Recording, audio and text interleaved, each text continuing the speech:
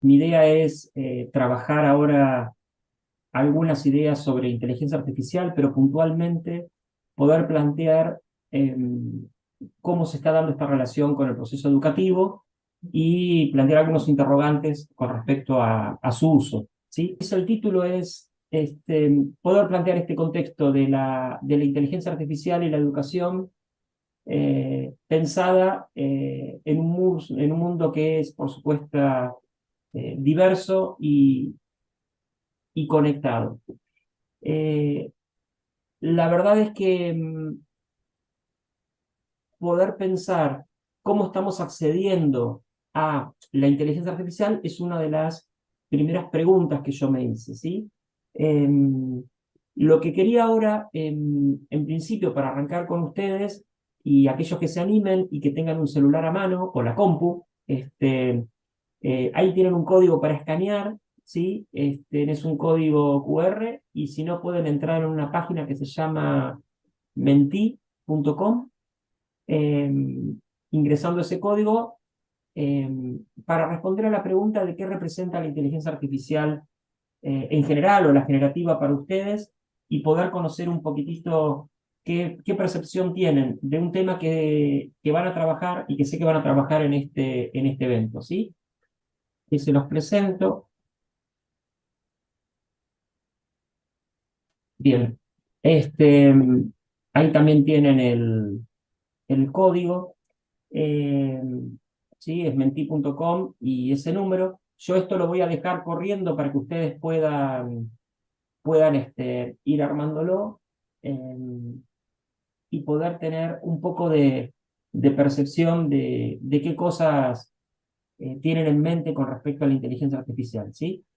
Como yo les decía, la propuesta es poder trabajar en este mundo que es totalmente diverso y que una de las preguntas es si realmente estamos conectados. Puntualmente, bueno, ahí veo las palabras que más dan vuelta, que es oportunidad, herramienta, exploración, ¿sí? Esta es una percepción que tenemos frente a la inteligencia artificial. Eh, lo dejo porque después van completando y van llegando más propuestas. Eh, ¿Cómo está la inteligencia artificial en el proceso educativo? La inteligencia artificial en el proceso educativo, para poder plantearla, deberíamos pensar en un primer concepto, que es que la inteligencia artificial, y en particular la generativa, no es inteligencia humana. Creo que esto es una de las primeras cosas que tenemos que tener en claro. Eh, Alejandro, perdón, te interrumpo. ¿Podrás volver a, porque hay mucha gente acá que se quedó sin... perdón, ya voy, No, no, está bien. perdón. Gracias. Ahí está, ahí, es esto, ¿no? Lo que me pediste, así. Ahí les pongo el código y el QR. Lo dejo un ratito, ustedes respondan, en que después volvemos sobre la nube, ¿sí?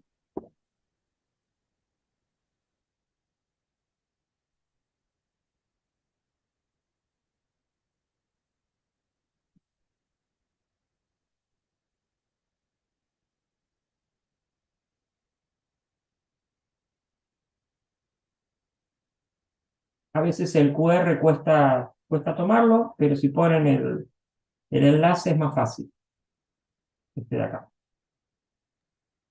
Yo ahora voy a poner la otra pantalla, que también tienen si les parece,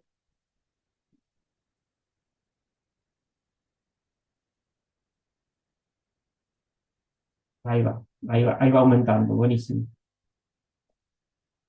Acá arriba sigue estando el código, cualquier cosa, ¿eh?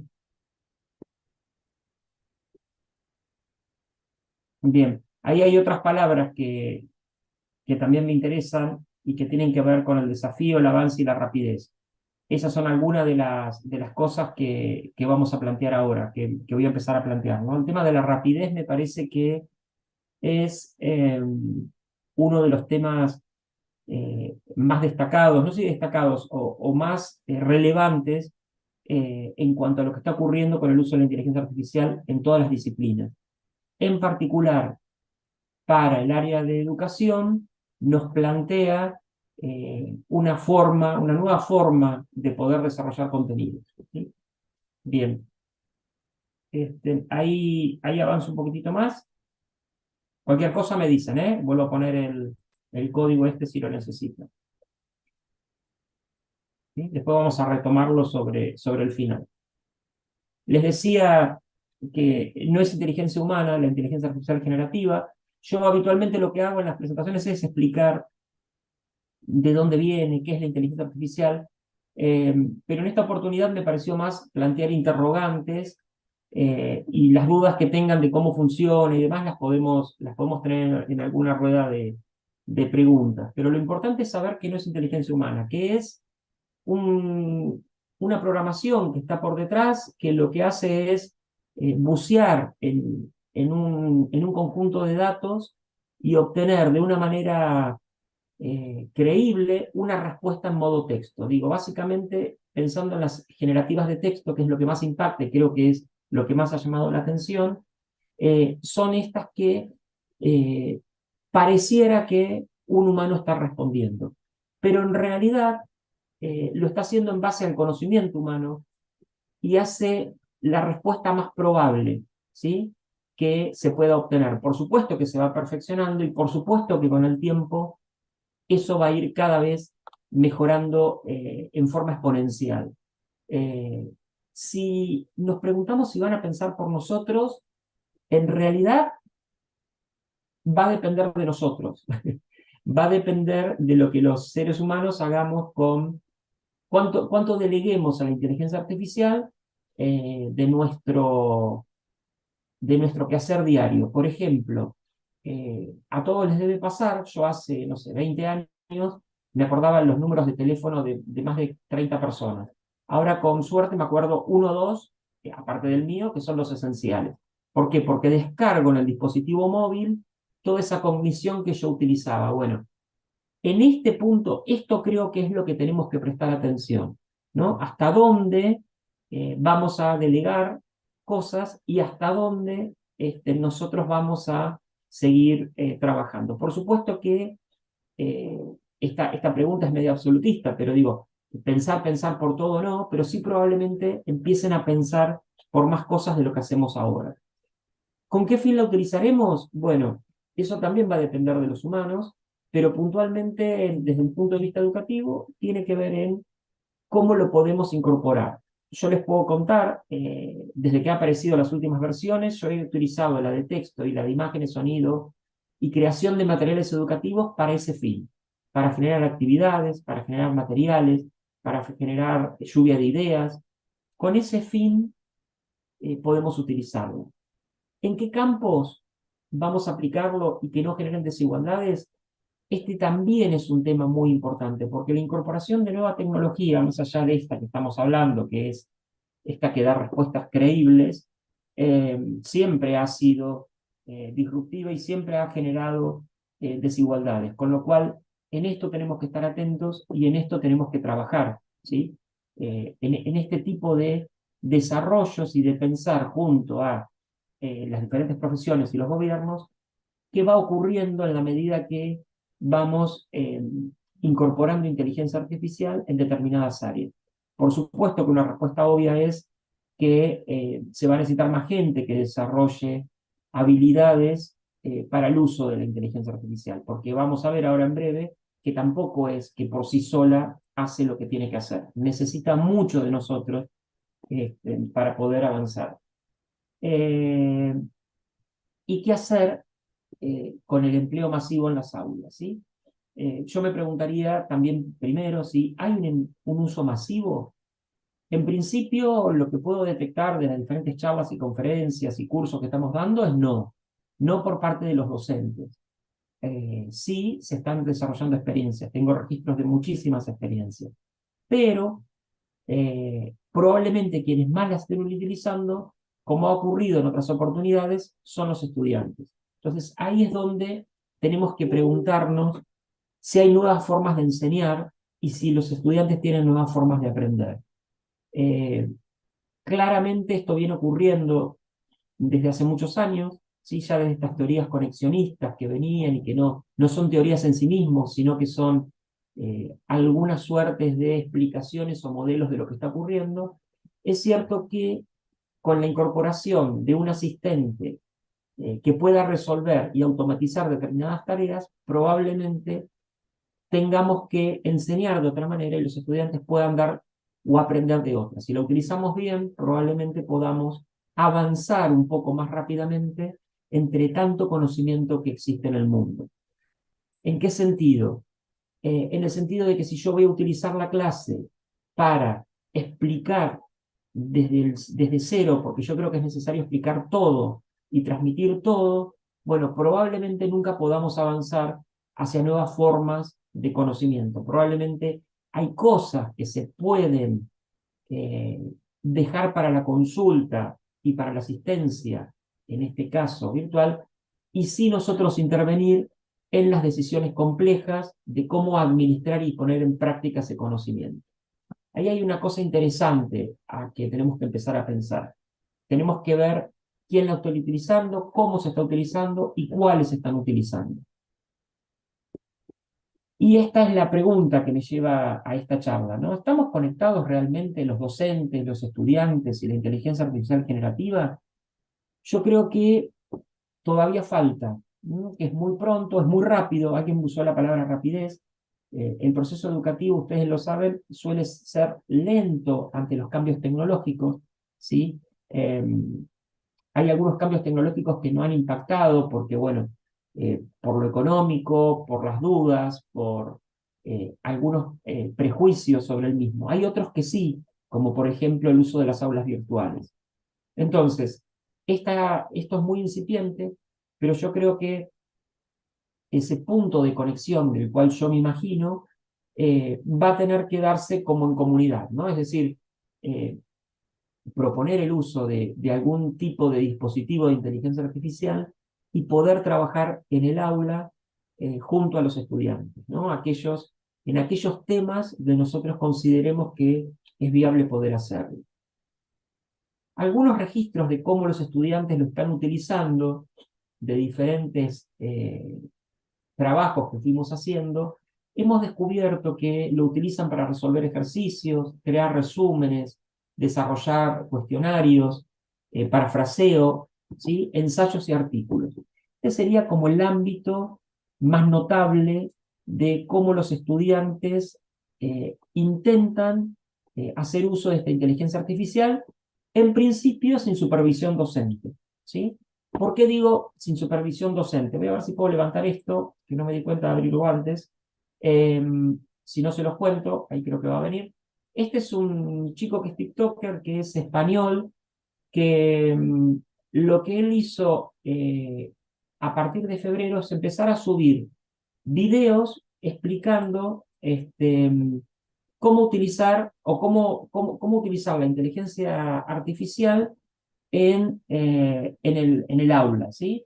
Está dirigido a un público. Esto es lo que no conocía esta inteligencia artificial. Si tienes que hacer un trabajo ya sea para la universidad, el trabajo o el colegio, no utilices ChatGPT. En su lugar entra en esta página de aquí. Elegimos de dónde queremos que la inteligencia artificial extraiga la información. Por ejemplo, de vídeos de YouTube, Wikipedia, artículos académicos. Ahora le decimos el tema del trabajo. La inteligencia artificial nos dará el resultado con los links a las referencias donde ha sacado la información. Y es por eso que...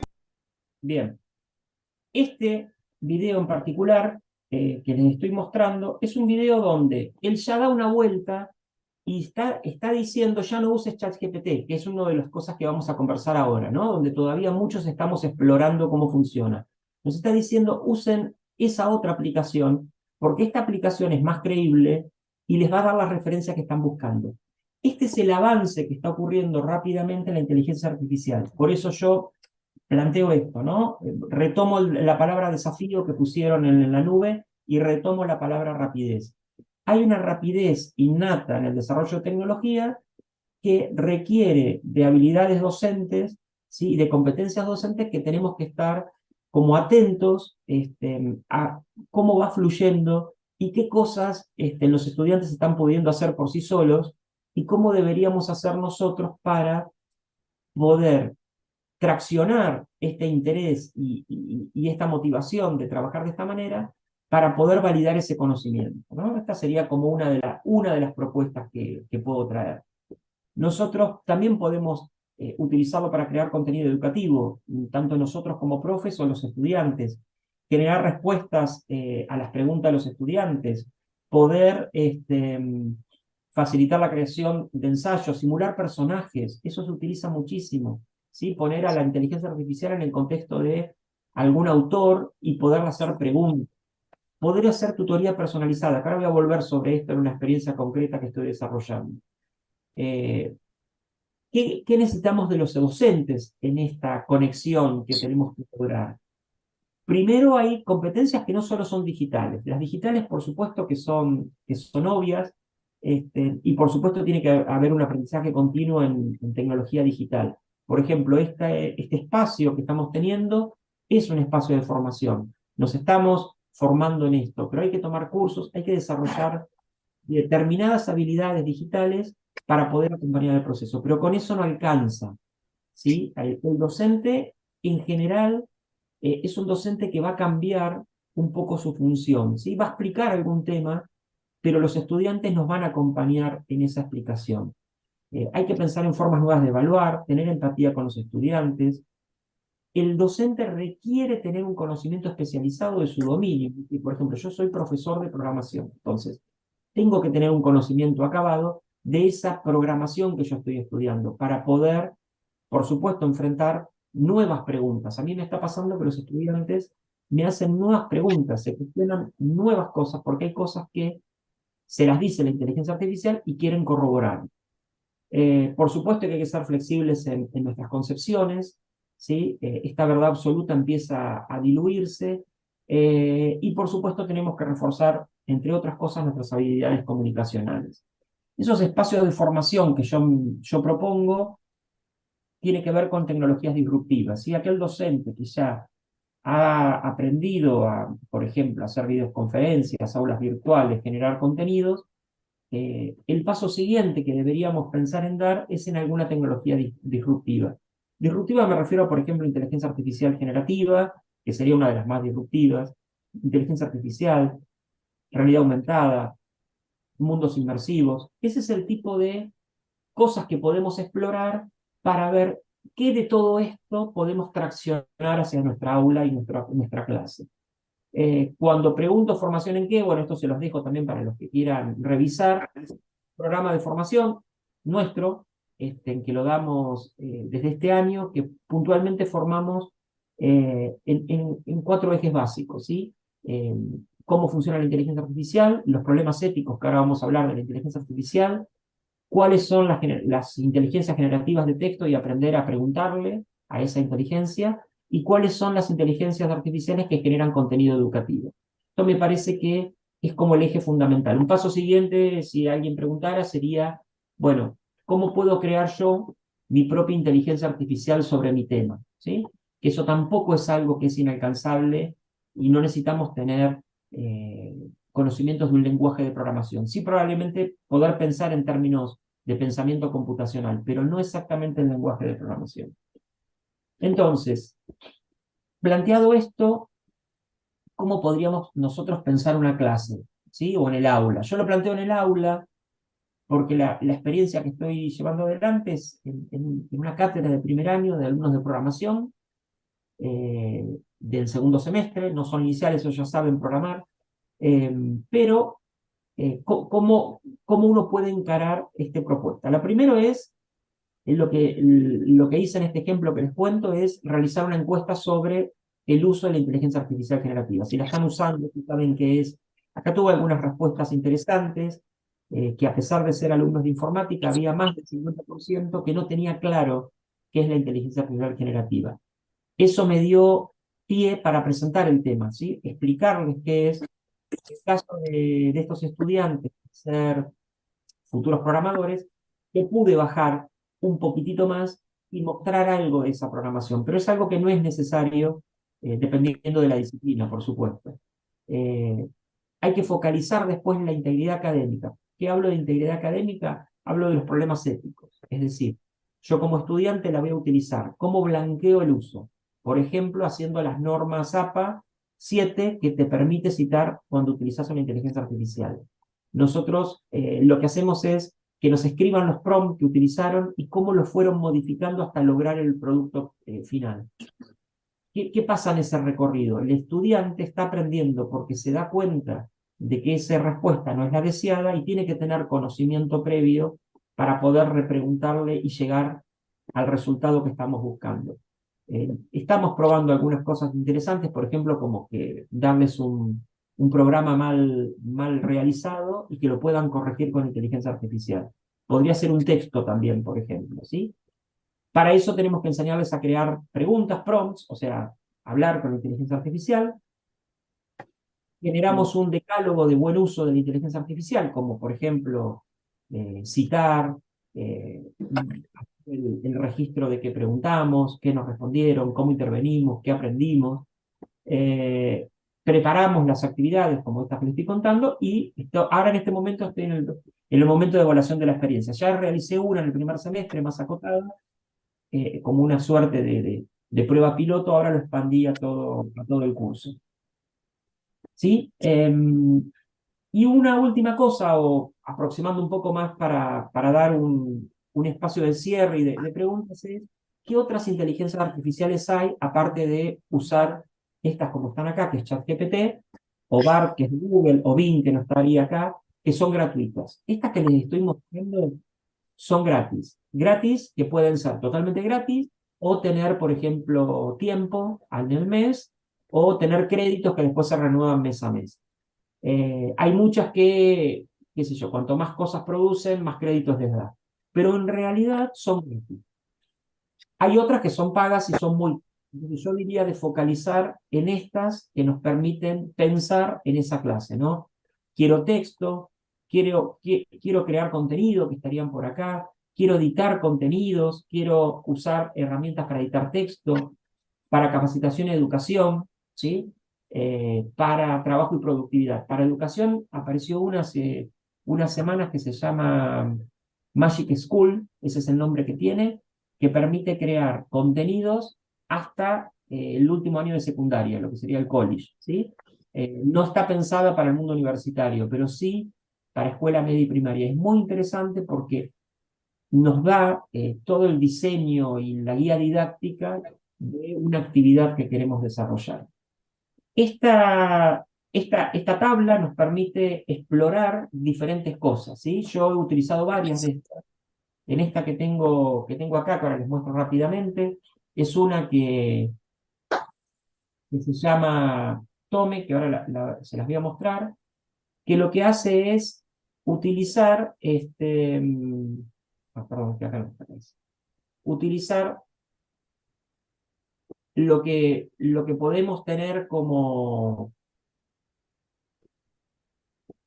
desarrollo, que es esto que está acá. Esta lo que hace es generar a partir de una pregunta, un pedido. Yo le pedí que me dé ejemplos de uso de ChatGPT en diferentes ciencias, y lo que hizo es, me dio una introducción, genera una suerte de historieta, porque funciona bajo ese formato de storytelling, y estos son ejemplos que me dio la inteligencia artificial para la enseñanza, por ejemplo, de la biología.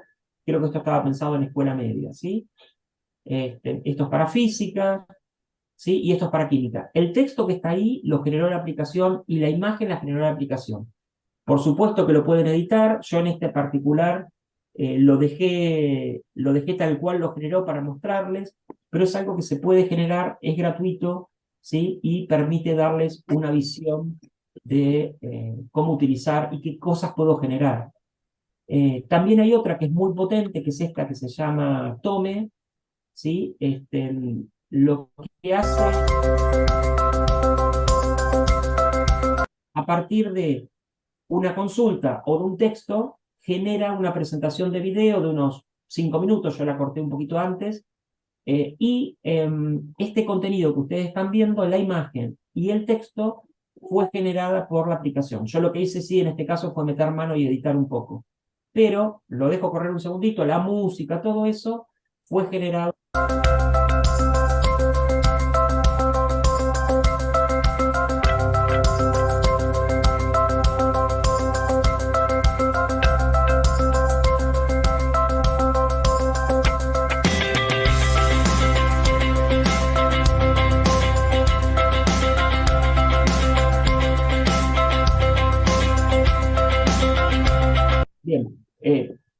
va a quedar para que lo vean, pero acá lo que están viendo es, fíjense cómo me fue dando, yo les pedí varios puntos, por eso estamos en el punto 2.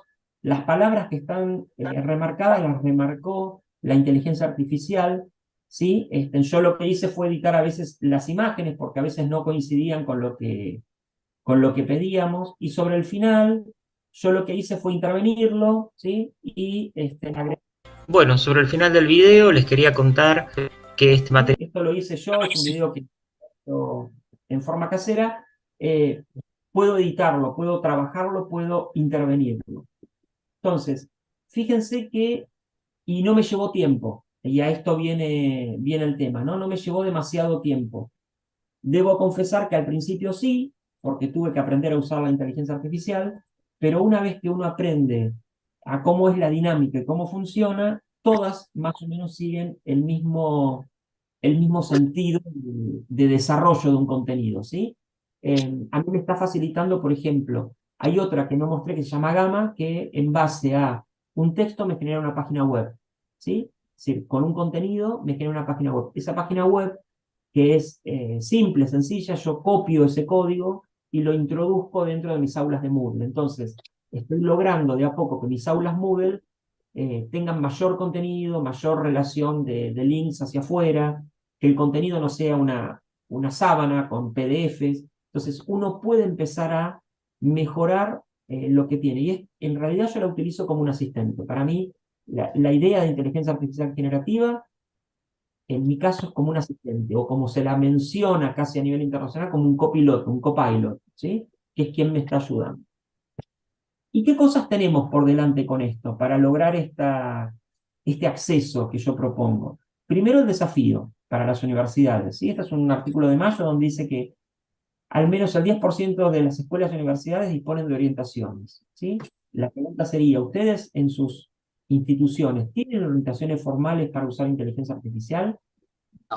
Es una de las primeras cosas que uno tiene que pensar. En Argentina hay una legislación que es muy interesante, pero es el primer paso, creo yo, que es la ética en el desarrollo y programación de una inteligencia artificial.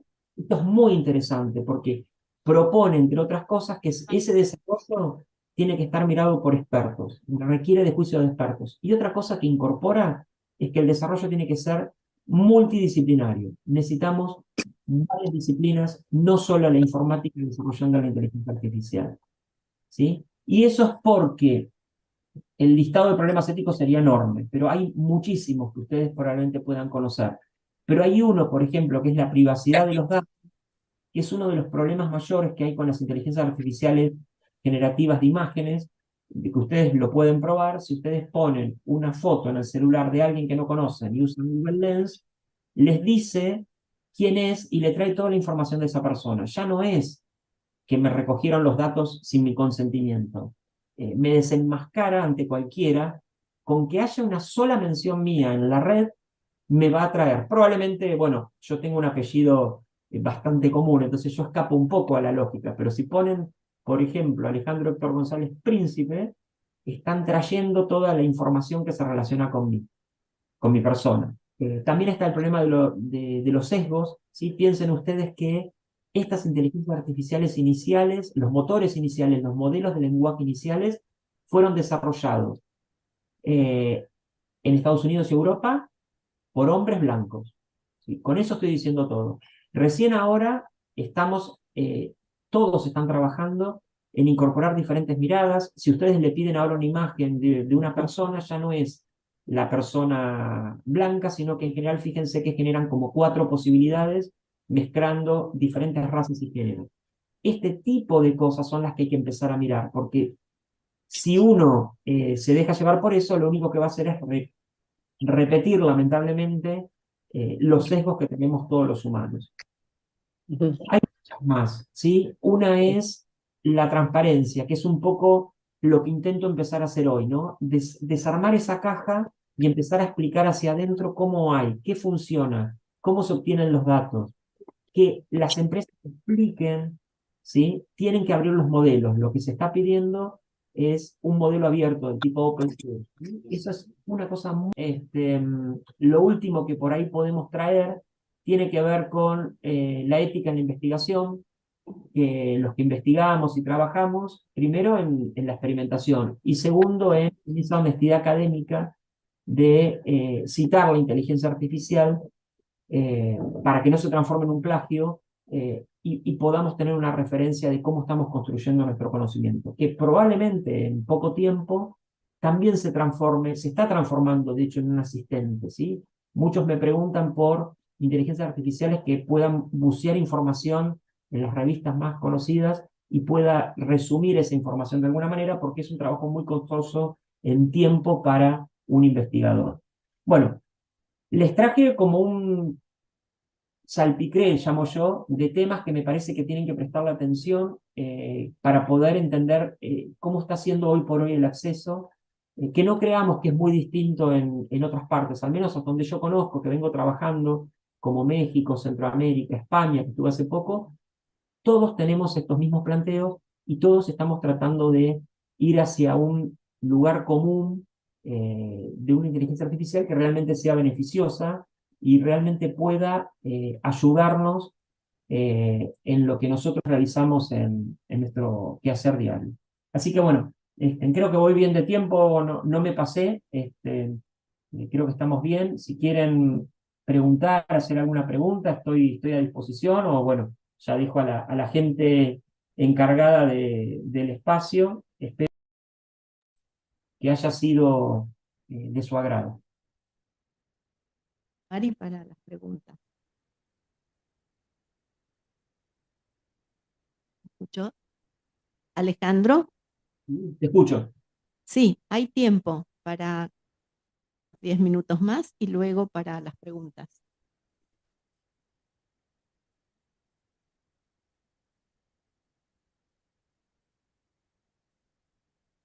Bien. Ahí un poquitito lo que por ahí me interesaría, si alguien me quiere contar, es si están utilizando algún tipo de inteligencia artificial en sus clases o en su vida profesional. Eso sería lo primero. Si quieren, no sé si pueden usar los micrófonos, allá en el espacio también, en el espacio físico o el chat, como ustedes quieran. ¿Están utilizando? Sí, ¿Sí? danos un segundo que compartimos el micrófono entre los presentes y así vos podés escuchar. Bárbaro.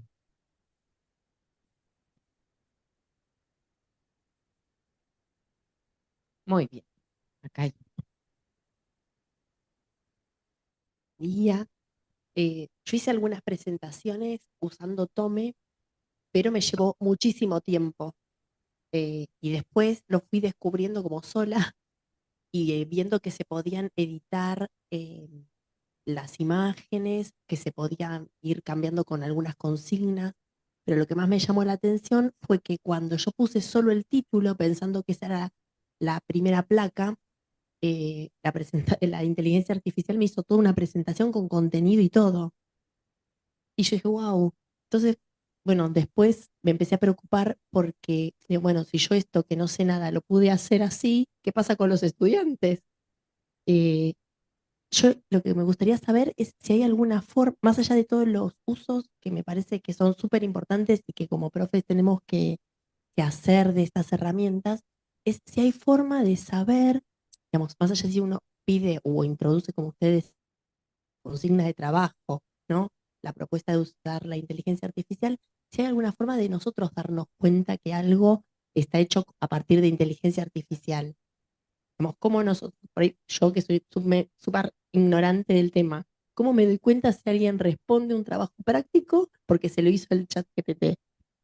Ujú. Bien. Bueno, esa pregunta es una pregunta que es muy recurrente y ahí te voy a dar como dos respuestas, una respuesta y una propuesta.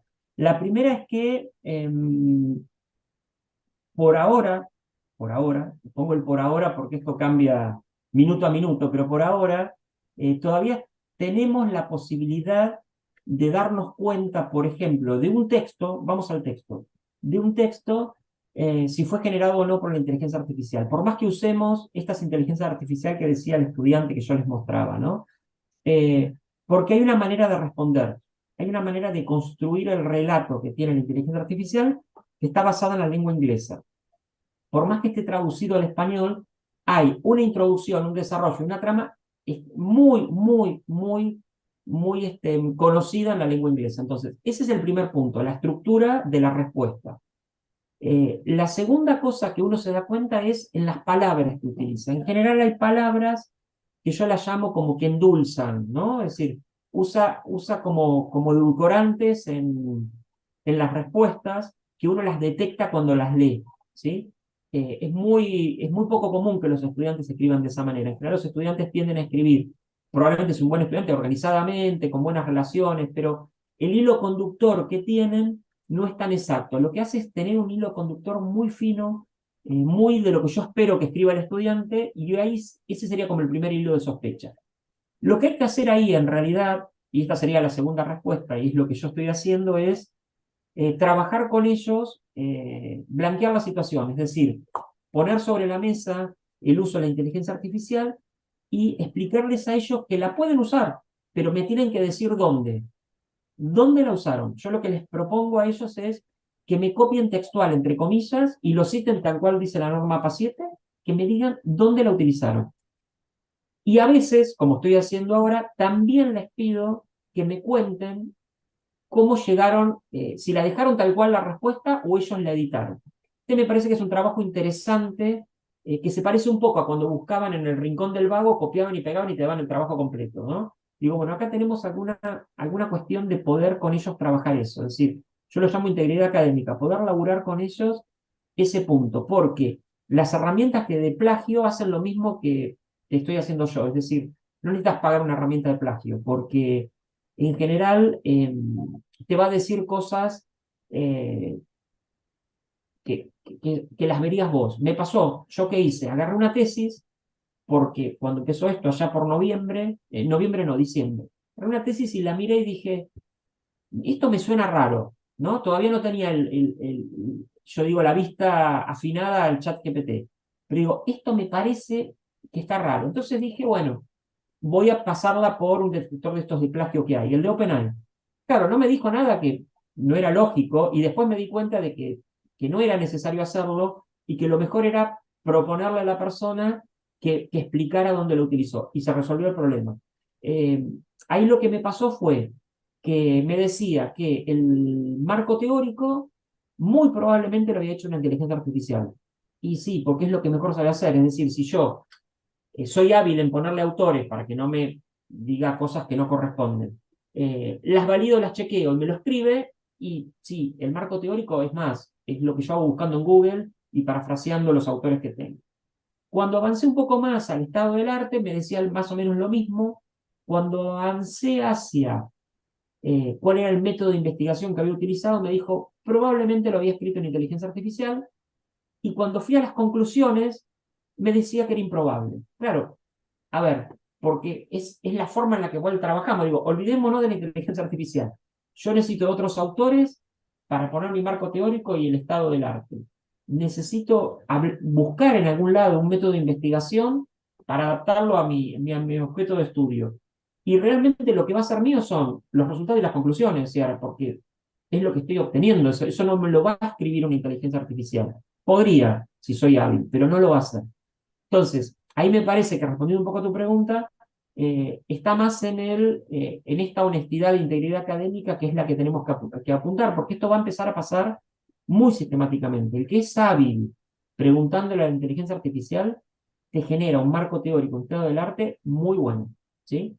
Por supuesto que hay conocimiento previo, hay que saber cuáles son los autores, hay que relacionar a esos autores, pero por ejemplo no necesitas usar ChatGPT, puedes usar Bing, o puedes usar ahora una herramienta que salió para el caso de investigaciones. Entonces, a mí me parece que lo que tenemos que apuntar es tomarlo como una fuente de construcción de conocimiento más, que es más que elaborar. Yo una cosa que estoy haciendo es buscar artículos sobre el avance en inteligencia artificial, lo tiro en Bing, le pido un resumen, me da los temas más importantes y pregunto por el tema. Y veo si me sirve, si no, ni lo leo. O sea, no me preocupo en leerlo, el artículo. Digo, esto me parece que es una práctica que va a empezar a pasar en la medida que lo incorporemos. Cuando salió el Google o los buscadores casi no los usábamos.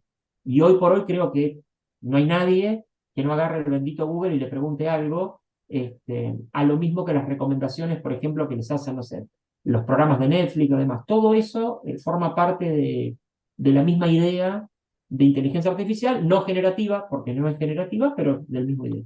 No sé si respondí a tu pregunta, ¿sí? Sí, ¿no? Muy bien. Muchas gracias. Hay unos comentarios en el chat, si querés los Sí, leemos dale, para ahí todos. los Buenos días, Alejandro, me pareció excelente tu presentación. Soy docente, investigadora.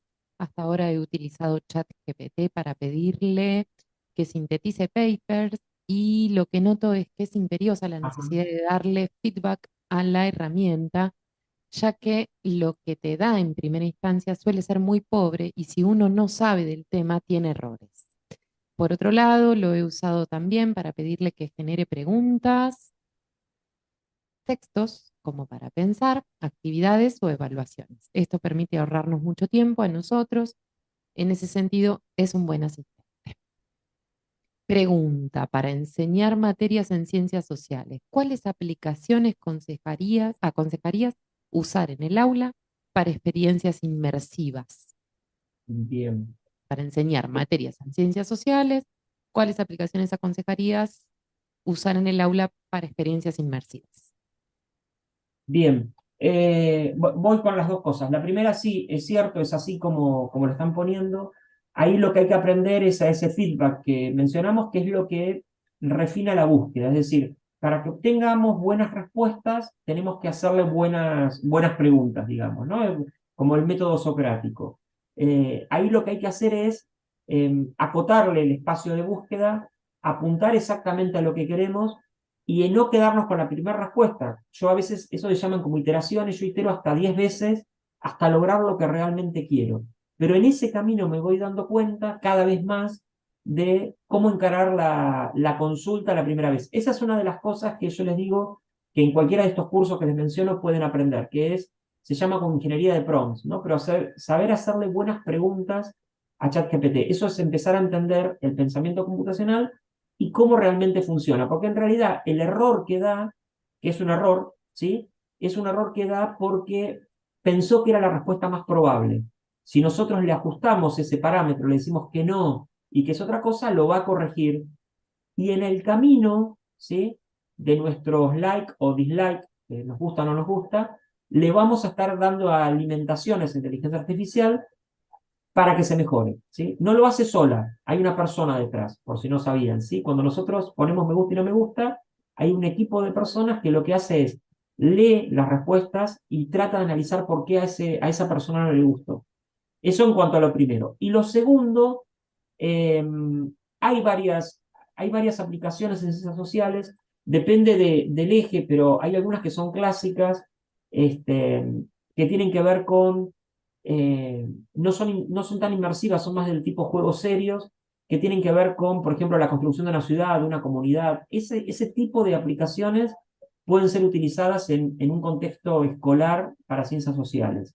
Eh, Otra que ahora no me sale el nombre, ahora después por eso la paso, creo que se llama Stable, que permite crear un mundo inmersivo. Ese mundo inmersivo en general lo que hace es crear el espacio simulado de lo que ustedes quieran. Podría ser un espacio arquitectónico o un espacio abierto, depende de lo que querramos enseñar en ese espacio. Eso requiere de la habilidad de construirlo. Otra cosa que es muy importante para ciencias sociales es en esas aplicaciones inmersivas que tengan realidad aumentada. ¿Sí? La realidad aumentada permite traccionar más información de la que está, ¿sí? Que puedan aumentar, no sé, una fecha, un objeto, una situación. La realidad aumentada está funcionando muy bien en eso, que pueda traer, no sé, videos, imágenes, etc. Como experiencia inmersiva, creo que vamos más por ese lado. Después los productos que hay son productos que en general son pagos, ¿sí? Hay que tratar de buscar algunos que sean potentes y accesibles. Pero bueno, Buenísimo. después voy a revisar alguno puntual como para aconsejarte, porque ahora en este momento no me viene ninguno en ciencias sociales a la cabeza. Pero hay. De hecho, nosotros, por ejemplo, creamos en algunas situaciones simuladores básicos para ciencias sociales, ¿sí? Simuladores que toman lo que se conoce como árbol de decisión en los eventos que ocurrieron, donde por ahí depende de quién lo esté contando, ese acontecimiento pensando en historia, no es lo mismo que te lo relate otro. Entonces, ese tipo de simulación de relatos o de acontecimientos también es bueno, ¿sí? Bueno, buenísimo, muchas gracias. Nos quedan 2 minutitos nada más. Eh, Solo un comentario que me quedaba pensando puntualmente en esto que decías en relación a la responsabilidad, sobre todo pensando que acá hay muchos que somos psicólogos, y en relación a la salud mental, ¿no? ¿Quién hace la consulta y cómo queda ese sujeto solo ahí con una inteligencia artificial Ajá. que, bueno, que a veces no tiene un ida y vuelta en relación a la consulta que está buscando responderse y qué lugar para eso? Estaba pensando en eso, que es una preocupación que seguramente en estos días hablaremos en este congreso.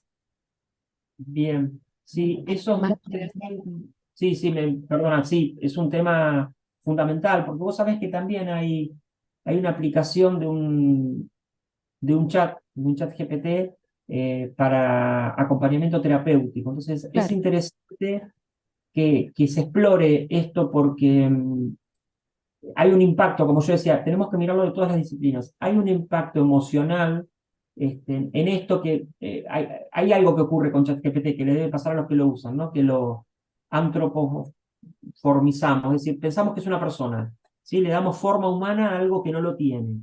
Entonces, ahí hay algo, ¿sí?